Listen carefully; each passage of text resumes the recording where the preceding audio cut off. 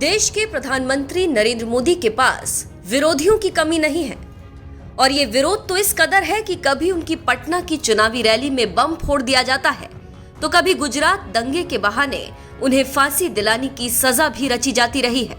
और ये बात हम नहीं कह रहे हैं, बल्कि गुजरात दंगे की जांच कर रही एसआईटी की एक सनसनीखेज रिपोर्ट में खुलासा हुआ है कि मोदी को गुजरात दंगे के बहाने फांसी की सजा दिलाने की साजिश रची जा रही थी।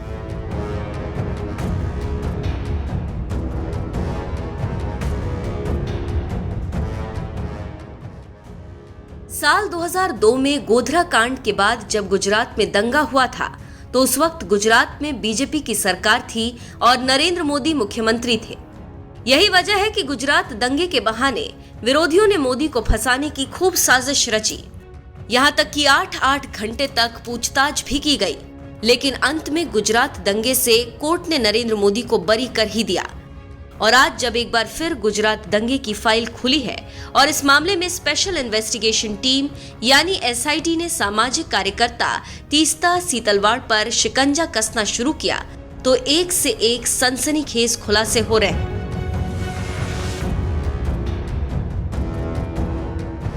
दरअसल ये तीस्ता सीतलवाड़ ही थी जिन पर आरोप है कि वो गुजरात के तत्कालीन सीएम नरेंद्र मोदी को बदनाम करने की खूब कोशिश की थी और अब उसी तीस्ता सीतलवाड़ पर एसआईटी का शिकंजा कसता जा रहा है। तीस्ता सीतलवाड़ के खिलाफ एसआईटी ने गुजरात हाई कोर्ट में एक चार्जशीट दायर की है जिसमें तीस्ता सीतलवाड़ पर लगे गंभीर आरोपों के प्रमाण कोर्ट के सामने रखे गए हैं। इसमें कहा गया है तत्कालीन मुख्यमंत्री नरेंद्र मोदी को मौत की सजा हो, इसके लिए गहरी साजिश रची गई थी। साजिश के दो चेहरे पूर्व आईपीएस आरबी श्रीकुमार और संजीव भट्ट सरकार का ही हिस्सा थे, जो समय समय पर फर्जी दस्तावेज तैयार करके उसकी ऑफिशियल एंट्री करके तीस्ता को भेजते थे। जानकारी के मुताबिक आरोपों में कहा गया है कि फर्जी दस्तावेजों, फर्जी एफिडेविट तैयार की गई और इसके लिए बाकायदा वकीलों की फौज तैयार की गई। पीड़ितों को गुमराह करते हुए जो घटनाएं कभी घटी ही नहीं, ऐसी काल्पनिक कहानियों पर हस्ताक्षर लिए गए। दस्तावेज अंग्रेजी में थे, लिहाजा पीड़ितों की समझ से बाहर थे। अगर कोई पीड़ित तीस्ता का साथ देने को तैयार नहीं होता तो उसे डराया धमकाया जाता था। तीस्ता सीतलवाड़ के खिलाफ गुजरात हाईकोर्ट में एसआईटी की ओर से दायर चार्जशीट में यहां तक कहा गया है कि पूर्व आईपीएस आरबी श्रीकुमार ने एक गवाह को फोन करके धमकाया था। गवाह से कहा था कि वो तीस्ता से सुलह कर लें, नहीं तो मुसलमान तेरे विरोधी बनेंगे, आतंकवादियों का तू टारगेट बन जाएगा, साथ मिलकर काम करते हैं हम, अंदर अंदर लड़ने लगे तो दुश्मनों को फायदा होगा और मोदी को सीधा फायदा होगा। पीड़ितों को गुजरात के बाहर अलग अलग जगहों पर ले जाकर उनके दुख दर्द के नाम पर चंदा इकट्ठा किया गया। एसआईटी के मुताबिक तीस्ता और भारतीय नेशनल कांग्रेस के कुछ नेताओं ने मिलकर दंगा पीड़ितों के कैंप में जाकर गुजरात में न्याय नहीं मिलेगा ऐसी भ्रामक बातें बताकर मामला गुजरात से बाहर की कोर्ट में ले जाने के लिए उकसाया और कॉम्पिटेंट अथॉरिटी के सामने दस्तावेज फाइल करवाए।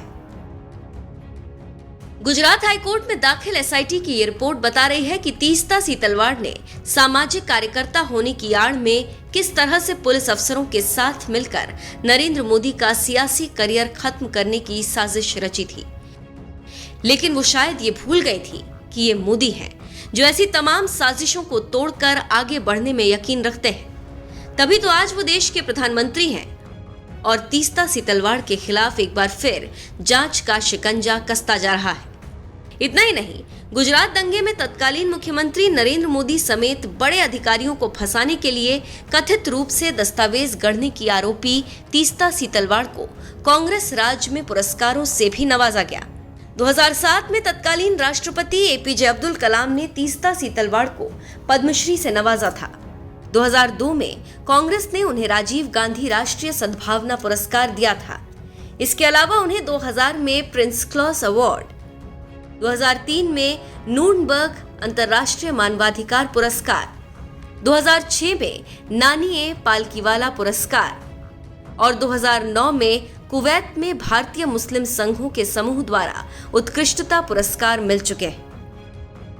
बहरहाल इतने पुरस्कारों से सम्मानित तीस्ता सीतलवाड़ पर जिस तरह से नरेंद्र मोदी को फांसी दिलाने की साजिश रचने के आरोप लग रहे हैं, इस पर आपका क्या कहना है, अपनी राय में कमेंट कर जरूर बताएं।